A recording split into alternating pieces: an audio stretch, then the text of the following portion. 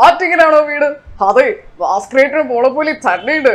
I told you we were in Bangalore, so close. കാപ്പി അല്ല coffee? No thanks. ശരിക്കും ഇത് കേൾക്കുമ്പോൾ പിന്നെ വേറെ ആരെയും ഓർക്കേണ്ടതില്ല.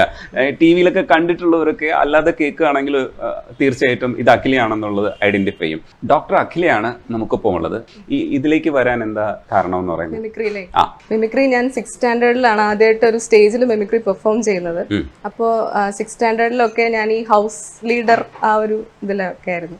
അപ്പോൾ ആ സമയത്ത് നമുക്ക് പോയിന്റ് ഉണ്ടല്ലോ, ഓരോരോ ഐറ്റമിന് നമുക്ക് പോയിന്റ്സ് കിട്ടുമ്പോൾ ഹൗസിന് അത് നല്ലതല്ലേ. അപ്പൊ അതിനുവേണ്ടി ആരും ചേരാത്ത ഐറ്റം ഒക്കെ നോക്കി ഞാൻ അങ്ങനെ ചേരുമായിരുന്നു. അപ്പൊ അങ്ങനെ മിമിക്രി എന്ന് പറയുന്ന ആരും അങ്ങനെ സെലക്ട് ചെയ്യാത്ത ഒരു നൈറ്റ് വരുന്നത്. അങ്ങനെ ഞാൻ മിമിക്രിയിൽ ചുമ്മാ ജസ്റ്റ് ക്ലാസ്സിലൊക്കെ ടീച്ചേഴ്സിനെയൊക്കെ ഇങ്ങനെ ചുമ്മാ ഇമിറ്റേറ്റ് ചെയ്യായിരുന്നു.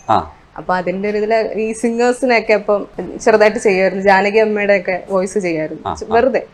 അപ്പൊ അതിങ്ങനെ സ്റ്റേജിൽ പോയിട്ട് ആദ്യമായിട്ട് ചെയ്തപ്പോ എല്ലാരും കുഴപ്പമില്ല എന്നൊക്കെ പറഞ്ഞു. പിന്നീട് അതിനെ പതിയെ പതിയെ മോൾഡ് ചെയ്ത് നമ്മൾ കൊണ്ടുവന്നു. എങ്കിലും ഒരു പരുവത്തിലെത്തിയ ആൾക്കാർക്ക് ആസ്വദിക്കാൻ പറ്റിയ ആ കാലഘട്ടത്തിൽ ഓർക്കുന്ന എന്തെങ്കിലും കുഞ്ഞു സാധനം പറയാവോ? രണ്ടുപേരുടെ വോയിസിൽ പാടുമായിരുന്നു. ഇപ്പൊ KP ഉദയഭാനു സാറും P ലീലാമ്മയുടെ വോയിസിൽ അത് പാടുമായിരുന്നു. അതൊന്ന് ചുമ്മാ ചെയ്യോ? എന്താ അറിയോ, ആ കാലഘട്ടത്തിൽ എന്തായിരുന്നു അഖില എന്ന് മനസ്സിലാക്കാൻ വേണ്ടിട്ടാ.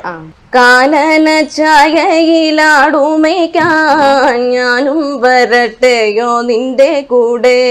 പാടില്ല പാടില്ല നമ്മെ നമ്മൾ പാടി മറന്നൊന്നും ചെയ്തുകൂടാ. വൈക്കം വിജയലക്ഷ്മി ഭയങ്കര രസമായിട്ട് അനുകരിക്കാറുണ്ട്, അതൊന്ന് ചെയ്യും. ഒറ്റയ്ക്കു പാടുന്ന പൂങ്കുയിലേ നിന്റെ പാട്ടുപോലുള്ള ഈ പാട്ടിനുള്ളിൽ എന്തിത്ര സങ്കടം ചൊല്ലാമോ? തേനൂറും കനിയേറെ കൊത്തിയിട്ടും ചുണ്ടിൽ മധുരിക്കും പാട്ടോട്ടും ബാക്കിയില്ലേ? മധുരിക്കും പാട്ടോട്ടും ബാക്കിയില്ലേ? ഭയങ്കര രസമായിട്ടുണ്ട്. അല്ല, ഈ ബേസ് വോയിസ് എങ്ങനെ കിട്ടുമെന്നുള്ളത് നമ്മൾ ആദ്യം മനസ്സിലാക്കണമല്ലോ.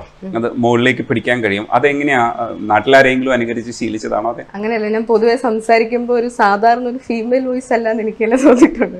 കുറച്ച് ബേസ് ഉള്ള ശബ്ദമാണെന്ന്. അത് ചെറുപ്പത്തിൽ തന്നെ തിരിച്ചറിയാം. അത് ടീനേജ് പ്രായത്തിലാണോ തിരിച്ചറിയുന്നത്? എപ്പോഴായിരുന്നു? അല്ല, ചെയ്യുമ്പോ എല്ലാം ഇപ്പൊ ഹൈപ്പിച്ചൊക്കെ സാധാരണ ഞാൻ ഒപ്പനയ്ക്കും തിരുവാതിരയ്ക്കും ഒക്കെ പാടാൻ നിന്നിട്ടുണ്ട്. അപ്പൊ തിരുവാതിരയൊക്കെ പാടുമ്പോ ഞാനൊരു നോർമൽ ഫീമെയിൽ ഒരു നമ്മള് ഫോൾസ് വോയിസിൽ ഇങ്ങനെ ഇങ്ങനെയൊക്കെ പാടിയാ എനിക്ക് ഹൈപ്പിച്ച് എത്തുമ്പോ വെള്ളി വീഴും. അപ്പൊ ഞാൻ അതിനെ ഇങ്ങനെ കോമ്പൻസേറ്റ് ചെയ്യാൻ വേണ്ടിട്ട് ബേസിൽ തന്നെ ഇങ്ങനെ ഓരോന്ന് പാടി പാടി അങ്ങനെ ചെയ്ത ആ ഒരു വോയിസിൽ നിന്നാണ് ഈ P ലീലാമ്മയുടെയും